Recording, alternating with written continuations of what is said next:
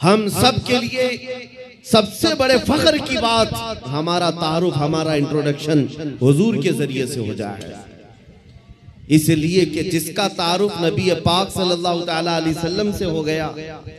आप जानते हैं इमाम अहले सुन्नत फाजिल बरेलवी इमाम अहमद रजा खान क़द्दसल्लाहु सिर्रहु शरीफ मुजद्दिद आज़म है, लेकिन आपसे इख्तिलाफ रखने वाली जमातों में बहुत सारी हैं। दूसरी जमातों में खास तौर पर अगर मैं जमात इस्लामी के बानी का जिक्र करूं, जिनका अहले सुन्नत जमात बरेलवियत से कोई ताल्लुक नहीं, दूसरी जमात और दूसरे मकतब फिक्र के होने के बावजूद भी उन्होंने आला हजरत की तारीफ में सिर्फ इतना कहा है, वो बहुत बड़े आशिक रसूल थे। सुभान अल्लाह। ये नहीं कहा बहुत बड़े पठान के बेटे थे, बहुत बड़े जमींदार थे, बल्कि कहा बहुत बड़े आशिक रसूल थे। दुनिया अगर हुजूर के नाम से पहचानती है तब कोई तुम्हें फना नहीं कर सकेगा, नाम तुम्हारा हमेशा रह जाएगा। बेनिशानों का निशान मिटता नहीं, मिटते मिटते नाम हो ही जाएगा। आज आला हजरत हर जगह क्यों किया जाता है, उसकी वजह यह है जिंदगी भर आला हजरत ने अपने खानदान के कसीदे नहीं पढ़े। जब जब आला हजरत ने कलम उठाया है तो बारगाह मुस्तफ़ा की मदह सराई की है। जब जब कलम उठाया है मेरे आका की शान में लिखा, सरवर कहूँ कि मालिको मौला कहूँ तुझे, बाग़े खलील का गुले ज़ेबा कहूँ तुझे। 100 साल गुजर जाने के बाद भी उनके कलाम पढ़ने से मुरझाए हुए दिलों में जिंदगी आ जाती है। यहाँ मुरझाई हुई कलियां खिल जाती हैं। आला हजरत का उसूल मैं आपको बता देता हूँ। आला हजरत जिस उसूल पर चल रहे थे वो उसूल ये था रसूल पाक के सिलसिले में कि उनकी बात करो हर दिल पे राज करो, उनकी बात करो हर दिल पे राज करो। ये बहुत अजीम फार्मूला मैं आपको बता रहा हूँ। हुजूर की बात करो, फिर देखना दुनिया तुम्हें कभी फरामोश नहीं करती और ना ही तुम्हारे मकाम और मनसब को कोई दूसरा धक्का लगा सकेगा। हुजूर की बात करो। आज हमारे दरमियान इख्तिलाफात ने जो जन्म लिया है उसकी एक असल वजह यह भी नजर आती है कि हम असल को छोड़कर फरा में लग गए। हम जगह जगह छोटी छोटी जमातें बनाकर, छोटे छोटे हलके बनाकर उसके प्रचार में लग गए, जबकि हमें चाहिए कि हमारी सारी एनर्जी बादशाह आजम की तारीफ में खर्च हो, हुजूर अकरम सल्लल्लाहु ताला अलैहि वसल्लम के लिए वक्फ हो जाओ। इसलिए कि आला हज़रत इमाम अहले सुन्नत को हमने देखा, पूरी जिंदगी देखो। आपसे किसी ने पूछा अगर आपका तारुफ क्या है, आपका इंट्रोडक्शन क्या है, उन्होंने अपने बाप दादा परदादा के नामों को गिनाते हुए नहीं कहा मैं फलां फलां फलां फलां का बेटा हूं, बल्कि अपने तारुफ में कहा है उस गली का गधा हूं मैं जिसमें मांगते ताजदार फिरते हैं, वो सुए लालाजार फिरते हैं, तेरे दिन ए बहार फिरते हैं, ए रजा जाने आना दिल तेरे नगमों पे निसार, बुलबुले बाग मदीना तेरा कहना क्या है। उन्होंने दुनिया को अगर तारुफ कराया है तो नबी के वास्ते से कराया है। आपको बताता हूं उनका मकाम ये था इश्क रसूल में फना होने का। मेरे मुर्शिद गिरामी हुजूर ताजुश शरिया रहमतुल्लाह तआला अलैह एक शेर की तशरीह करते हुए फरमाते हैं, आला हज़रत ने एक हमद लिखी है, वही रब है जिसने तुझको हमतन करम बनाया, हमें भीख मांगने को तेरा आस्था बताया। इस हमद के आखिर में आला हज़रत ने एक शेर लिखा है, अरे ऐ खुदा के बंदो कोई मेरे दिल को ढूंढो, अभी पास था यही तो अभी क्या हुआ खुदाया। दिल किसको कहते हैं मैं आपको बता रहा हूं। जिंदगी हम सब के पास है, हम किसके लिए जी रहे हैं, हम क्या करने के लिए जी रहे हैं, यह आज हमें महसूस करना है। आला हज़रत किसके लिए जीते थे, उनका दिल रहता कहां था, बरेली की किस गली में उनका दिल रहता था। सुनो आला हज़रत कहते हैं, अरे खुदा के बंदो कोई मेरे दिल को ढूंढो, अभी पास था यही तो अभी क्या हुआ खुदाया। इसका मतलब क्या है, फरमाया हर जमाने में औलिया इकराम में एक वली होता है जिसको कुतुबुल इरशाद कहते हैं। कुतुबुल इरशाद का मतलब ये होता है वो अपने जमाने के औलिया में इतना तसर्रुफ और इतना इख्तियार रखता है कि वो अपने जमाने के औलिया को जिन कामों पर मामूर करे उसका हुक्म बजा लाना सारे लोगों पर जरूरी होता है। वो कोई भी ऑर्डर दे, कुतुबुल इरशाद। तो एक मर्तबा आला हजरत ने अपने जमाने के जितने रिजाल थे, औलिया थे, उनसे ये कहा, अरे आए खुदा के बंदो, कोई मेरे दिल को ढूंढो, मेरा दिल ढूंढ करके लाओ। ये काम पर लगा दिया, दिल ढूंढ करके लाओ। अभी पास था यही, तो अभी क्या हुआ खुदाया? दिल सिर्फ उस गोश्त के लोथड़े को ही नहीं कहते जो हमारे सीनों में धड़कता है या खून का एक मुंजमद टुकड़ा है। दिल के और भी माने हैं। वो दिल कौन सा है जिसको ढूंढने के आला हजरत बात कर रहे थे। सारे औलिया को हुक्म हुआ, सब ढूंढने पर लग गए और ढूंढ करके वापस आए। फिर आकर के उन्होंने जो जवाब दिया इमाम अहले सुन्नत को, आला हजरत को, आला हजरत ने फिर उसको अपने शेर में बयान किया। हमें ऐ रज़ा तेरे दिल का पता चला बमुश्किल, हमें ऐ रज़ा तेरे दिल का पता चला बमुश्किल, दरे रोज़ा के मुकाबिल वो हमें नजर तो आया।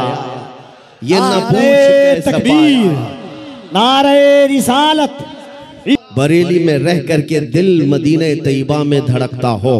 सारे औलिया ज़माना ने कहा, हमें ऐ रज़ा तेरे दिल का पता चला बमुश्किल, दरे रोज़ा के मुकाबिल वो हमें नजर तो आया। ये न पूछ कैसा पाया, तुझे हम्द है खुदाया। आला हजरत का दिल वहां लगा हुआ था, इसीलिए मैंने आला हजरत के कलाम को बहुत मर्तबा पढ़ा। जहां जहां से पढ़ा, दिल को आला हजरत के जब भी हमने ढूंढने की बात की है, आला हजरत ने अपने दिल के बारे में यही कहा है, दिल है वो दिल जो तेरी याद से मामूर रहा, सर है वो सर जो तेरे नाम पे कुर्बान गया। आला हजरत के उसूल में दिल सिर्फ इस टुकड़े को नहीं कहते और सर इस टुकड़े को नहीं कहते। मेरे अजीजो, आला हजरत के इल्म में, उनकी तालीमात में दिल का मतलब और है, सर का मतलब और है। अगर नबी की मोहब्बत में भरा हुआ नहीं है तो सिर्फ वो गोश्त का लोथड़ा है, दिल नहीं कहा जा सकता। दिल कौन सा है? दिल सिर्फ वही है, दिल है वो दिल जो तेरी याद से मामूर रहा। और सर किसको कहते हैं? ये अगर दोनों कंधों के ऊपर एक कद्दू का टुकड़ा है, अगर हुजूर के नाम पर कुर्बान होने को तैयार नहीं है, हाँ अगर हुजूर के नाम पर मर मिटता है, तो आला हजरत कहते हैं सर है वो सर जो तेरे नाम पे कुर्बान गया।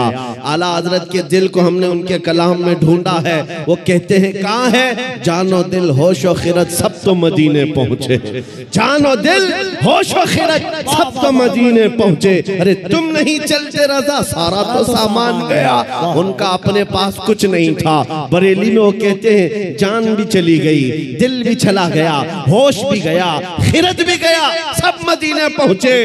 तुम नहीं चलते रज़ा, सारा तो सामान गया। और फिर उनसे पूछा गया, जान है क्या आपकी? जान किसको कहते हो आप? कहते हैं जान है इश्क़ मुस्तफा, रोज वज़ू करे खुदा, जिसको हो दर्द का मजा, नाज़े दवा उठाए क्यों, फिर के गली गली तबाह, ठोकरें सबकी खाए क्यों, दिल को जो अक्ल दे खुदा, तेरी गली से जाए क्यों। मेरे अजीजों, आला हज़रत फरमाते हैं यूं तो सब उन्हीं का है, पर दिल की अगर पूछो, आला हज़रत फरमाते हैं यूं तो सब उन्हीं का है, पर दिल की अगर पूछो, ये टूटे हुए दिल ही खास उनकी कमाई है। हुजूर का है ये सब, हुजूर का है। अपने दिल का है उन्हीं से आराम, कहते हैं अपने दिल का है उन्हीं से आराम, सौंपे हैं सब उन्हीं को सब काम, सौंपे हैं उन्हीं को सब काम। लो लगी है कि अब उस दर के गुलाम चाह रहे दर्द रजा करते हैं। आला हजरत ने अपना सब कुछ सौंप दिया बारगाह मुस्तफा। आज इस जलसे पाक में मैं आपके सामने उनका जिक्र सिर्फ इसलिए कर रहा हूं कि मशरिक से लेकर मगरिब तक, शुमाल से लेकर जुनूब तक कोई खित्ता बचा नहीं है जहां से बच्चा बुच्चा पुकार करके न कहता हो डाल दी कल्ब में अजमत मुस्तफा सैयदी आला हजरत पे लाखों सलाम। क्यों 100 साल के बाद भी बच्चा बच्चा पुकार रहा है? वही आज मैं तुम्हें फार्मूला बताना चाहता हूं। उस आला हजरत के मिशन पर चलना, उस मसलक का मतलब, उस मसलक का नाम ही ये है, अपनी मर्जी से जीने का नाम जिंदगी नहीं है। हुजूर जैसा चाहे वैसे जीने का नाम जिंदगी है। आपको मैं बताता हूं, औलिया इकराम की जिंदगी में, तसव्वुफ में एक तालीम होती है। हजरत जुनैद बगदादी की तालीमात मैंने पढ़ा है। सिर्फ औलिया इकराम की जो इबादतें हैं, तस्बीह घुमाना, लंबे क़याम, लंबे सजदे, सिर्फ यही इबादत के तरीके नहीं हैं। एक इबादत का तरीका है जिसको औलिया इकराम कहते हैं मुराकबा। मुराकबा, मुराकबे का मतलब क्या होता है? सुनो, बहुत आसान है, आप सब कर सकते हो। अगर मैं आपसे कहूं आज 1000 बार सुभान अल्लाह पढ़ो, 1000 बार अल्हम्दुलिल्लाह, आप कहेंगे बहुत लंबा हो जाएगा। लंबा क़याम करना कुछ लोगों के लिए भारी, लंबा रुकू करना, लंबा सजदा करना इबादतें कुछ लोगों को लगती हूं। मुराकबा बहुत आसान लेकिन बहुत ही तेज असर। औलिया इकराम फरमाते हैं जिसका मुराकबा मुकम्मल हो गया वो अल्लाह का वली बन गया। मुराकबा होता क्या है? सुनो, मुराकबा होता क्या है? सिर्फ ये है कि आंख बंद करके थोड़ी देर खामोश बैठना, कुछ नहीं करना, कुछ पढ़ना नहीं है, कुछ पढ़ना नहीं है, खामोश बैठना है। कितनी देर? तुम्हारी मर्जी, 5 मिनट, 10 मिनट, आधा घंटा, 1 घंटा। किसी से बात ना करो, खामोश एक जगह बैठ जाओ। करना क्या है खामोश बैठ करके? सोचना क्या है? हाँ, ये असल है। सैयदना जुनैद बगदादी फरमाते हैं मुराकबा करने वाले को कुछ और नहीं सोचना है, बस आंख बंद करके इतना सोचना है कि अल्लाह ने मुझे क्यों पैदा किया, मैं यहां क्यों आया इस दुनिया में। बस इतना ही सोचना है, इतना ही सोचना है। बार बार सोचता रहे, बार बार सोचता रहे। ऐ नौजवानों, ये मुराकबा आज तुम्हारी बहुत सारी बीमारियों का इलाज है। सोचना कभी आंख बंद करके, क्या मैं इसलिए आया रात भर इंटरनेट पर गेम खेलने के लिए अल्लाह ने मुझे पैदा किया? क्या मैं दुनिया में लड़कियों से छेड़छाड़ करने के लिए पैदा किया गया हूं? क्या मैं दुनिया में दिन रात खेल कूद के लिए पैदा किया गया हूं? लोगों से गप्पे लगाने के लिए पैदा किया गया हूं? मैं लोगों से हंसी मजाक में अपना वक्त को बर्बाद करने के लिए पैदा किया हूं? क्यों पैदा किया गया हूं? तुम्हारा दिल आखिर एक दिन जवाब देगा, अल्लाह की तरफ से तुम्हें ये मिलेगी बात, तुम क्यों पैदा किए गए, क्यों पैदा किए गए। तुम्हें पता चल जाएगा ये मुराकबे में। जिस दिन तुम्हें पता चल जाए क्यों पैदा किया गया, अगर हकीकत को पहुंच गए उसी दिन अल्लाह के वली बन गए। अब मैं आपको बताता हूं, जिन लोगों का मुराकबा मुकम्मल हुआ वो जिंदगी में अगर सोचते सोचते इस नुक्ते को पहुंच गए कि मैं क्यों पैदा हुआ, तो फिर आंख खोल करके वो पुकार कर कहते हैं हम दुनिया में क्यों पैदा हुए। नतीजा निकला, दहन में जुबान तुम्हारे लिए, बदन में है जान तुम्हारे लिए। या रसूल अल्लाह, हम आए यहाँ तुम्हारे लिए, उठे भी वहां, हम अपने लिए नहीं आए, आका आपके लिए आए। मुराकबे में जो इस नुक्ते को पहुंच गया, बरेली का इमाम पुकार कर कहने लगा मुझे अल्लाह ने खेल कूद के लिए नहीं बनाया, मुझे अल्लाह ने सिर्फ बाजारों की जीनत के लिए नहीं बनाया, मुझे अल्लाह ने जिंदगी अपनी मर्जी से गुजारने के लिए नहीं बनाया। और उस आला हजरत के अजीम पोते ताजुश शरिया ने भी पुकार कर कहा, जब उनका मुराकबा मुकम्मल हुआ, जब वो सोचते रहे मैं क्यों पैदा हुआ, मैं क्यों दुनिया में आया, तब फिर ताजुश शरिया ने भी जवाब दिया हम इसलिए पैदा किए गए हैं, जिंदगी ये नहीं किसी के लिए, जिंदगी है नबी की नबी के लिए। ना समझ मरते हैं जिंदगी के लिए, जीना मरना है सब कुछ नबी के लिए। नारे तकबीर, नारे रिसालत, जिंदगी हुजूर पाक सल्लल्लाहु अलैहि वसल्लम के लिए अमानत बन करके अमानत बनाकर दी गई है। तुम क्या समझते हो ए नौजवानों? आपको ये लगता है जवानी की आज ताकत और कुव्वत है, मुझे अपने मर्जी से फैशन करने दो, अपने मर्जी से मॉडर्न जिंदगी गुजारने दो, और दुनिया के पीछे तुम चल पड़े, उस दुनिया के पीछे जो हर दिन अपना शोहर बदलती है। आला हज़रत फरमाते शहद दिखाए जहर पिलाए, कातिल डाइन शोहर कुछ, इस मुर्दार पे क्या ललचाना, दुनिया देखी भाली है। तुम्हें मालूम है यहाँ कितने हीरो आए उसके बाद जीरो हो गए। यहाँ जवानी में अपने मेकअप से चमकने वाले बुढ़ापे में ढीले पड़ गए। यहाँ लोग रोजाना बदलते रहे। किसी भी फील्ड में देख लो, कुछ लोगों को लगता है पर्दे सीमी पर बॉलीवुड और हॉलीवुड पर थिरकने वाले, मुजरे करने वाले स्टार हैं, ये बड़े बड़े हीरो हैं और उनके पीछे कौम भागती है। मियाँ ये सिर्फ और सिर्फ ढलती छांव है। थोड़े दिनों के बाद इनके चेहरे का गाजा उड़ गया तो यही कौम दूसरा हीरो ढूंढती है, दूसरा इन्हें चाहिए।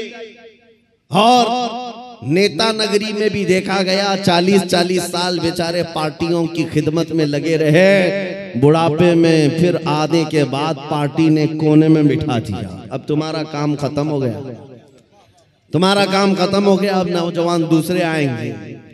लेकिन मेरे अजीजों, एक मकतबा मैंने ऐसा देखा, एक मदरसा ऐसा देखा, यह हुजूर के गुलामों का है। यहाँ जितना बूढ़ा होता है उतनी इज्जत बढ़ती जाती है, जितना बूढ़ा हो जाए उतनी इज्जत बढ़ती चली जाती है।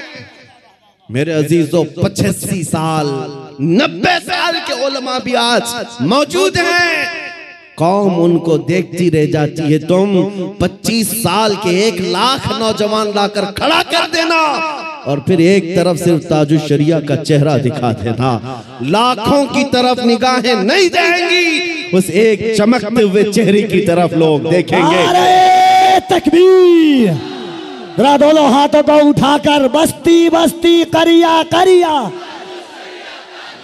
बस्ती बस्ती करिया करिया, इल्म का सूरज फैज का दरिया।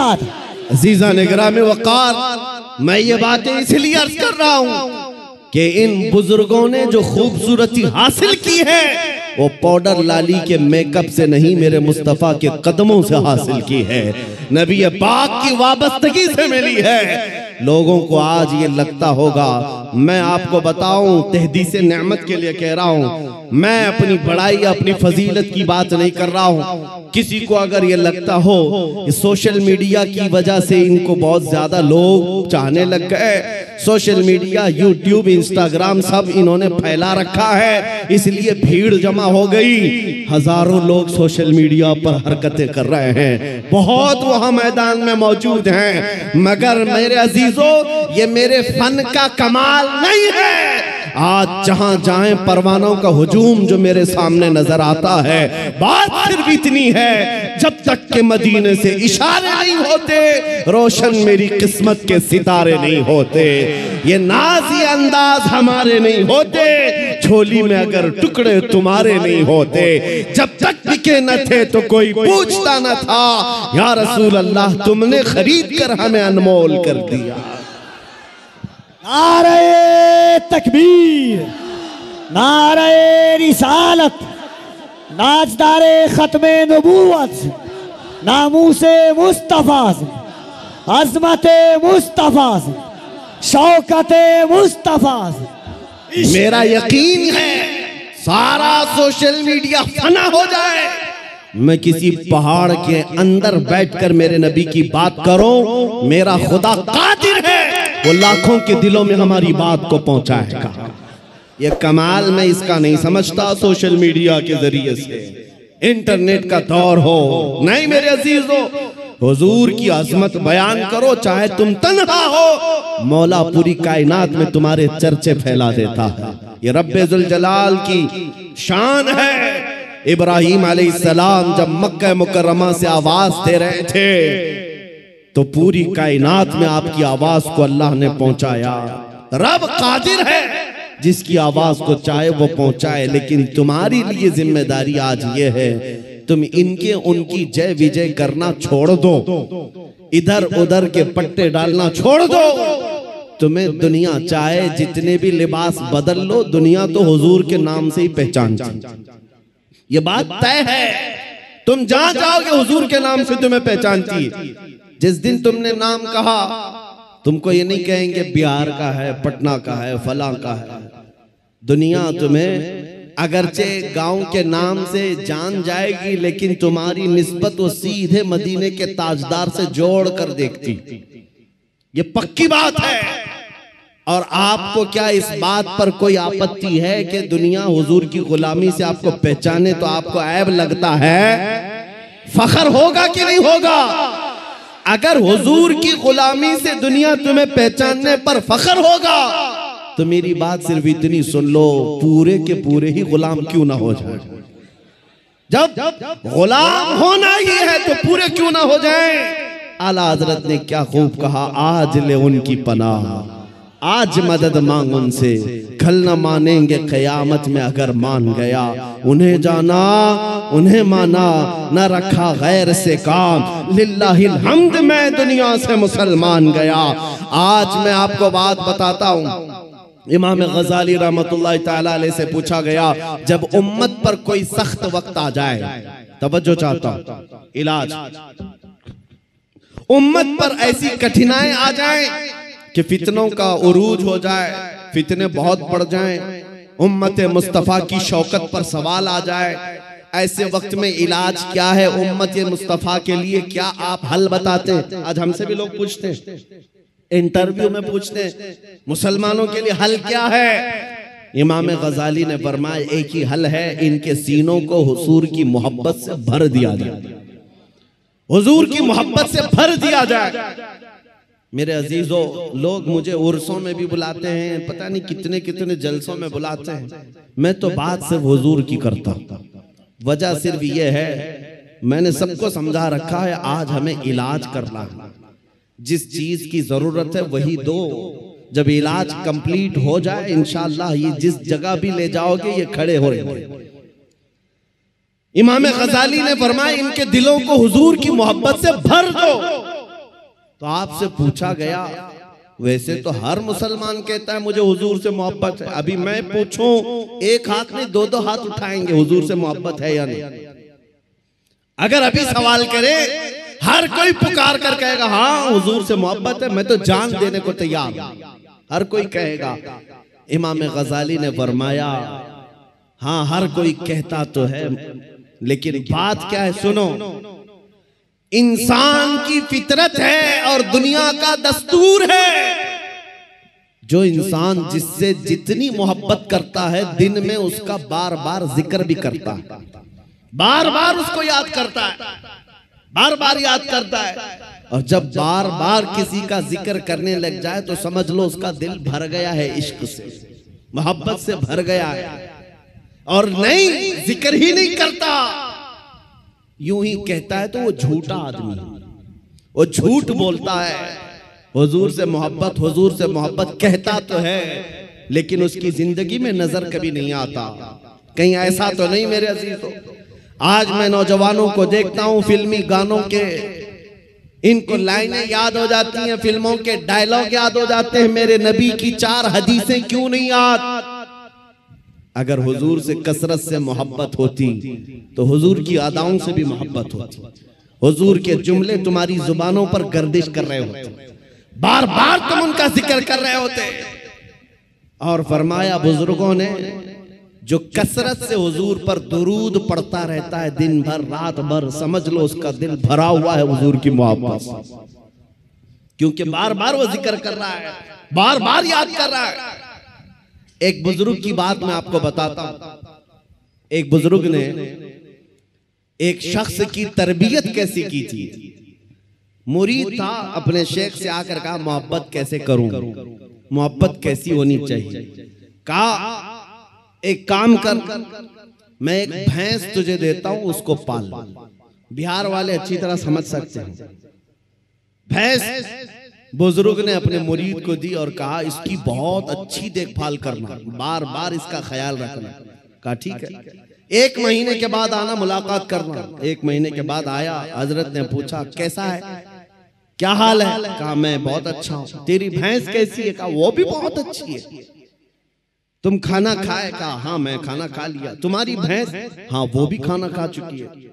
जब जब जिक्र किया जाए भैंस का अच्छी तरह से जिक्र करता था। कहा 1 महीना और जाओ, 1 महीना और उस भैंस के साथ उठना बैठना लगाव रखो। दूसरे महीने के बाद आया। बुजुर्ग ने, मुर्शिद ने पूछा क्या हाल है? कहा मैं भी अच्छा हूं, मेरी भैंस भी अच्छी। सवाल खाली सिर्फ उसका किया था, लेकिन साथ में भैंस का भी कर रहा है। कहा तू खाना खाया? कहा मैं भी खाना खा चुका, मेरी भैंस भी खा चुकी। कहा तू नहा लिया?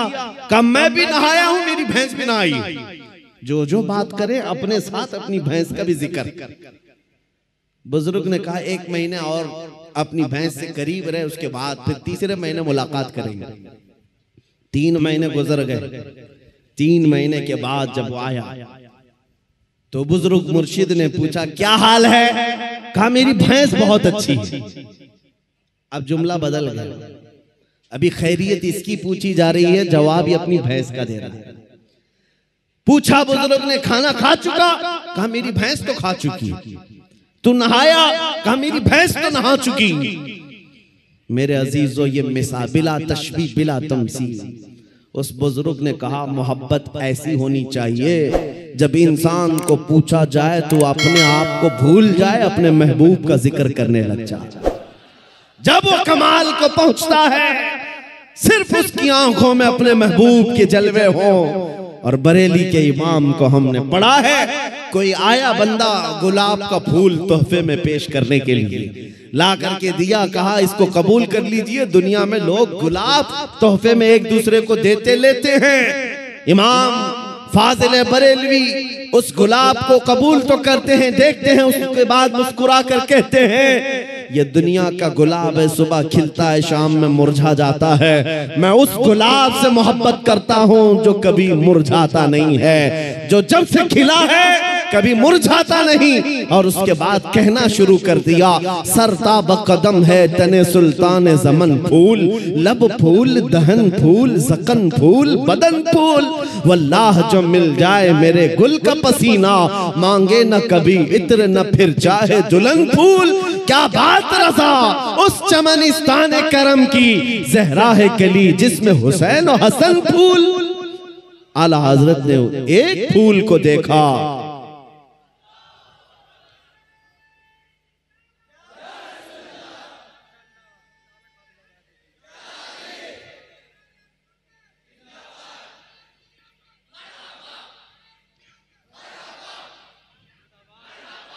हुजूर पाक सल्लल्लाहु ताला अलैहि वसल्लम का जिक्र आया।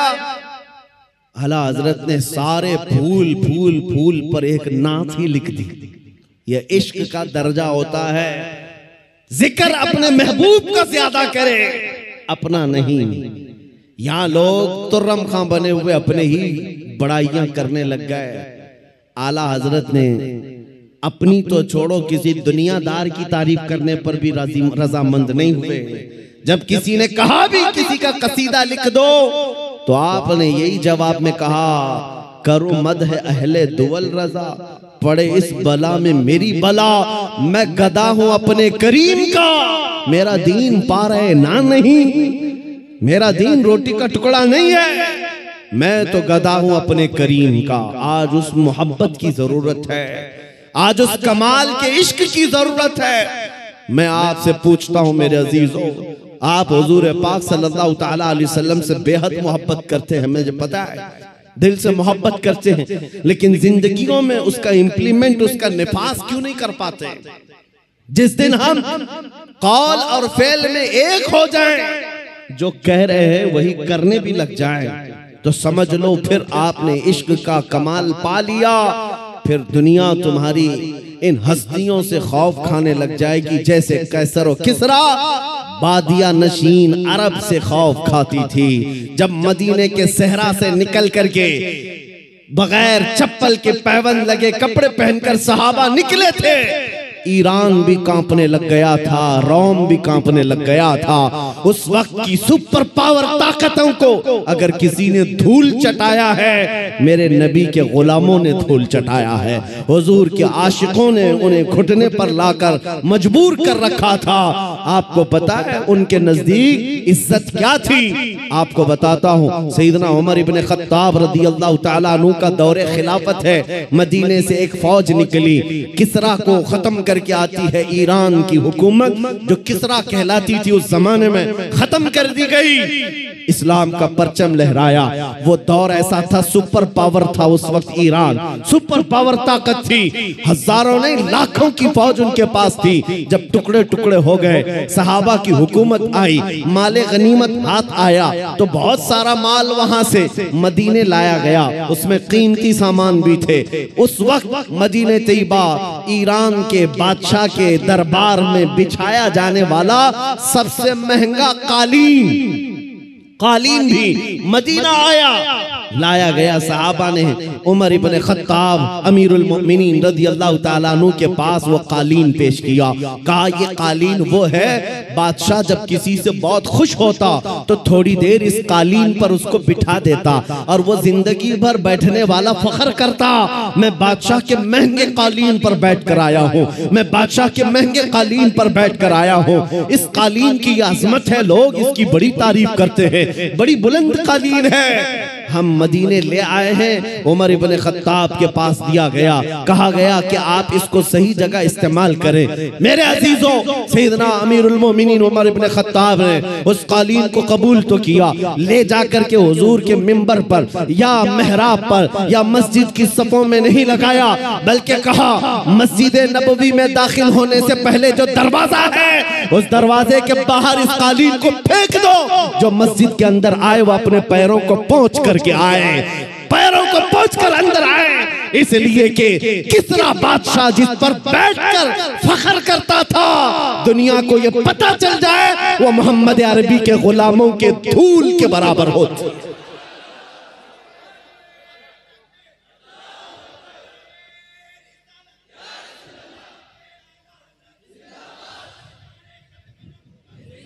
उन्होंने इज्जत तख्त और ताज में नहीं ढूंढी, मेरे नबी पाक की निस्बत में इज्जत ढूंढी।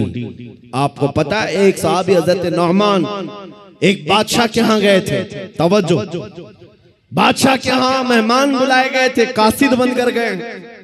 बादशाह ने उनके आने पर कालीन बिछाया रेशम का और कुर्सी बिछाई सोने की कलई की हुई कि मोहम्मद अरबी का कासिद आ रहा है, एम्बेसडर आ रहा है, तर्जुमान है। लेकिन जैसे ही हजरत नौमान पहुंचे, वो कालीन को आपने तलवार से फाड़ दिया और निकाल दिया, जमीन पर चले।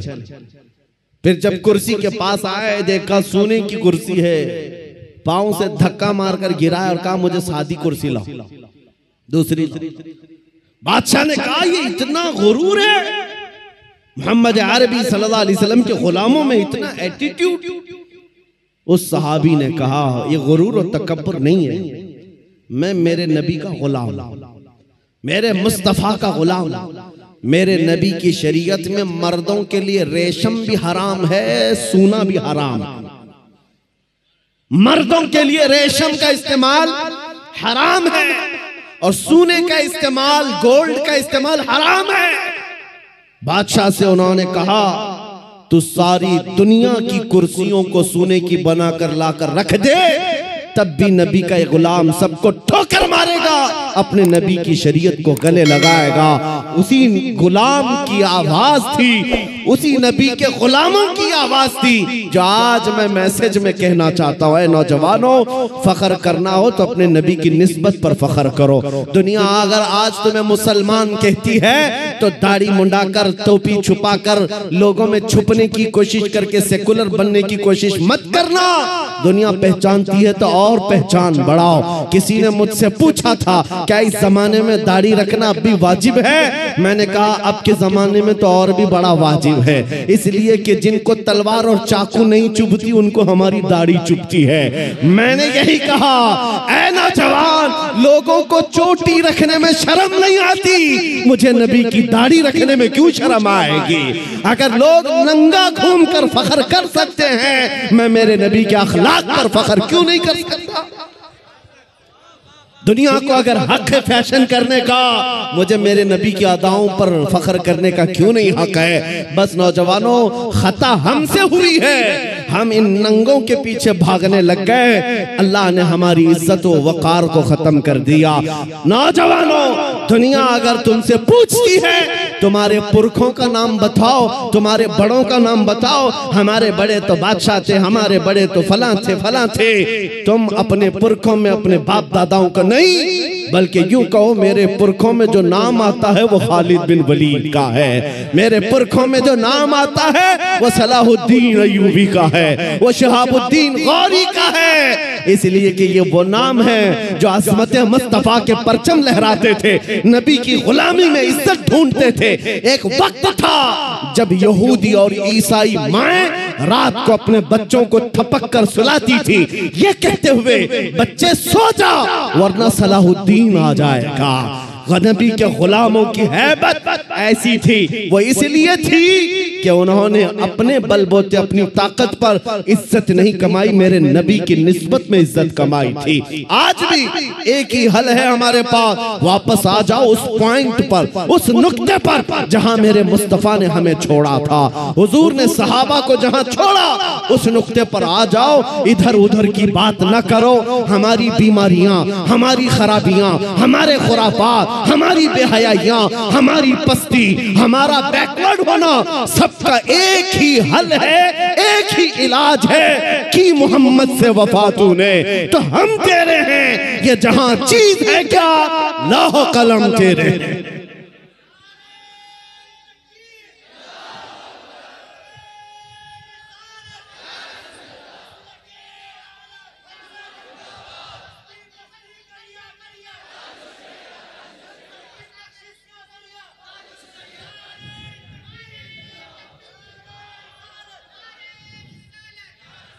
अब ये यकीन भी होने लग गया, अल्लाह की जात से मैं कभी नाउमीद नहीं और किसी मुसलमान को होना भी नहीं, नाउमीदी नहीं। अब यकीन होने लग गया है, हिंदुस्तान का सुन्नी मुसलमान जाग रहा है, बेदार हो रहा है। और इसी को कहा है इकबाल ने निकल करके सहरा से, जिसने उलट दिया था तख्ते रोमा को, सुना है कुदसियों से मैंने कि वो शेर फिर होशियार होगा। दुनिया आज खौफजदा इसी बात से है कि तुम उठ रहे हो, तुम बेदार हो जाना पूरे तौर पर, डरो मत। तुम्हारा नाम किसी मुजरिम कौम से जुड़ा हुआ नहीं है। भौंकने दो कुत्तों को, जितनी मर्तबा कहें आतंकवादी, जितनी मर्तबा कहें दहशतगर्द, जितनी मर्तबा टेररिस्ट, जो बोलना है बोलो। हम तुम्हारे बाप की जमीन पर नहीं जीते और ना ही तुम्हारी सर्टिफिकेट की जरूरत है। हम अल्लाह के बंदे हैं, रसूल के उम्मती हैं।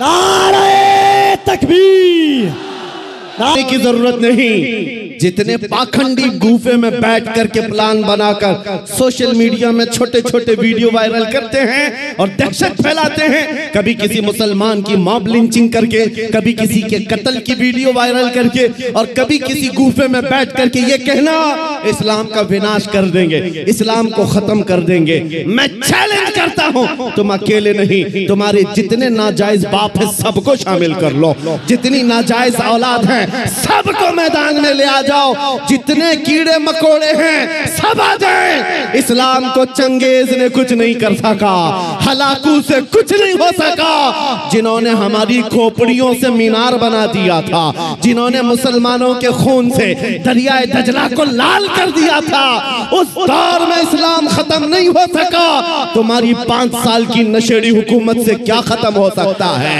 इस्लाम तेरी दोनों हाथों खा दे। वो दिन के 12 बजे वोटों का मजमा जमा करके फख्र करते हैं पब्लिक हमारे साथ, उनको ऐसा ही लगता है। और शराब के धुत में जमा होने वाला मजमा और है, इश्क मुस्तफा में आने वाला मजमा और है। 500-100 रुपये लेकर के दिन के उजाले में आना और है। तुम्हारा मजमा दिन के 12 में होता होगा, हमारा मजमा रात के 12 के बाद गर्म होता है। या आओ देखो, ये रात नहीं लगती इन दीवानों के यहाँ, ना रात है, बल्कि मैं तो कहता हूँ हम सुन्नियों के यहाँ कोई संडे भी नहीं आता है। जो रात मेरे नबी के नाम है वो रात हमारी ईद की रात है, वो रात हमारी ईद की रात है। जब तक ये फख्र बाकी रहेगा, मेरा यकीन है, अगर इनको लगता है हम बहुत गरज करके बोल रहे हैं, अपने मजमे में बोल रहे हैं, कल को अगर इन्हें चाहिए तो हथकड़ियां लगा लें, फांसी के फंदे पर चढ़ा लें, और मुझ जैसे एक आदमी के मर जाने या कत्ल हो जाने का नाम इस्लाम का खत्म होना नहीं है, बल्कि मैं चीखते हुए जाऊंगा जिस दिन तुम मुझे फांसी पर चढ़ाओगे। इस्लाम जिंदा होता है हर करबला के बाद।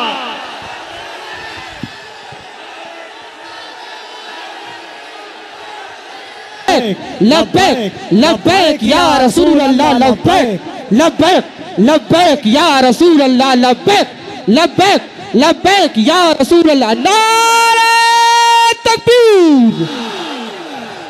आज हुकूमत के नशे में आकर अगर कोई बार बार मेरे नबी की जात को इस्तेमाल करता है तो हमारे जज्बात बेकरार होते हैं। लोगों को ये लगता है, डिपार्टमेंट वाले बार बार ये कहते हैं, मौलाना क्यों इतना एग्रेसिव हो जाते हो, क्यों इतने भड़काऊ बातें करते हो। मैंने बार बार ये कहा है, ऐलान कहा है, जब जब गाली देने का शौक है मेरा नाम लेकर गाली दो, मेरी माँ के नाम पर, मेरे बाप के नाम पर, मेरे खानदान के नाम पर, जितना कोसना है कोस लो, लेकिन याद रखना अगर हुजूर की तरफ उंगली उठाओगे, अगर नबी की असमत की तरफ बोलोगे, हमारे खून का आखिरी कतरा भी जिस्म में बाकी है, तुम्हारी गर्दनों पर चढ़ करके बोलेंगे, तुम्हारे सीने पर चढ़ कर बोलेंगे। और तुम ये समझते हो तख्त और ताज तुम्हारे पास है, आज फौज और ताकत तुम्हारे पास है। तुम्हारे नाजायज बाप आज से 200 साल पहले अंग्रेजों की शक्ल भी यहाँ मौजूद थी, उन्होंने एक आलिम रब्बानी किफायत अली काफी को फांसी पर चढ़ाया था, एक नहीं 30,000 उलमा को फांसी पर चढ़ाया था। तुम्हारे नाजायज बाप भी ये समझते थे हिंदुस्तान से इस्लाम खत्म हो जाएगा, अरे उनका चूरा भी यहाँ बाकी नहीं रहा, सब खत्म होकर चले गए। तुम भी अपने अंजाम का इंतजार करो, कुछ देर की खामोशी है, फिर शोर आएगा। आज कुत्तों का वक्त है, कल हमारा दौर आएगा। लब्बैक या रसूल अल्लाह, लब्बैक लब्बैक लब्बैक या रसूल अल्लाह, लब्बैक लब्बैक लब्बैक या रसूल अल्लाह, लब्बैक लब्बैक लब्बैक या रसूल अल्लाह, लब्बैक लब्बैक लब्बैक या रसूल अल्लाह, लब्बैक लब्बैक। कहता हूँ क्या होता है पता नहीं, लेकिन मेरा यकीन ये कहता है मैं जज्बात में लाऊंगा, कोई बच्चा बुज़दिली से नहीं मरेगा इंशाअल्लाह, कोई नौजवान तुम्हारी जूतियां चाट करके नहीं मरेगा, तुम्हारे हाथों में फंस भी जाएगा, नबी नबी कहकर दुनिया से जाएगा। हम अपने जज्बात को जिंदा रखते हैं इसलिए कि जज्बात नहीं है तो वो नामर्द आदमी है। अगर जज्बात हुजूर के लिए जिंदा है उसी को मैं मर्द समझता हूँ, उसी को इंसान समझता हूँ। और जो बेगैरती की बात करते हैं, अरे मसलहत का भी ख्याल करो, हिकमत का भी ख्याल करो, हालात का भी ख्याल करो। ये हालात तुम्हें मुबारक, मुझे मेरे नबी की इज्जत मुबारक। अगर इन हालात में नबी की इज्जत महफूज नहीं है तो हम आजादी से घूम कर कौन से मजे उठा सकेंगे। वो सहाबा की बात तो सुनो, जब जंगे ओहद में ये बात मशहूर हो गई, हुजूर का कत्ल हो गया, सहाबा ने तलवारें छोड़ दी, हाथों से तलवारें छूट गई। इस वजह से कितने काफिरों ने सहाबा का कत्ल कर दिया, कत्ल हो गए 70 सहाबा। क्यों? जब ये खबर फैली थी ना कि हुजूर का इंतकाल हो गया, सहाबा बेइख्तियार कहने लगे अल्लाह के नबी अगर नहीं है तो फिर जिंदगी कहते किसे, हुजूर आप नहीं हैं तो जिंदगी क्या है। इसलिए ऐ सुन्नियों, आज हमारा जज्बा यही होना चाहिए, अगर हुजूर का नाम सलामत नहीं तो फिर हमारी जिंदगी किस काम की, हम किस खाक के लिए जीते हैं। आज के बाद तकलीफों से और मुसीबतों से घबराना नहीं। तुम अपने दीन पर अमल पैरा रहो। गैर कानूनी कामों की बात मैं नहीं करता, चाकू छुरी तलवार बंदूक की भी बात नहीं करता। मैं तो बात सिर्फ इतनी कहता हूँ, हुजूर का इश्क इतना भर लो कि तुम्हारे चलने फिरने से भी कीड़े फना हो जाए। हाँ, तुम्हारे किसी हथियार की जरूरत नहीं, तुम हुजूर के आशिक बनकर गलियों से घूमो, कुत्ते यूं ही मर जाएं। हाँ, पागल होकर मर जाएं, सिर्फ तुम्हारी खुशबुओं से मर जाएं। बात इतनी है। और मैं आज आखिरी बात ये कहता हूं, सहाबा का मसलक यही था।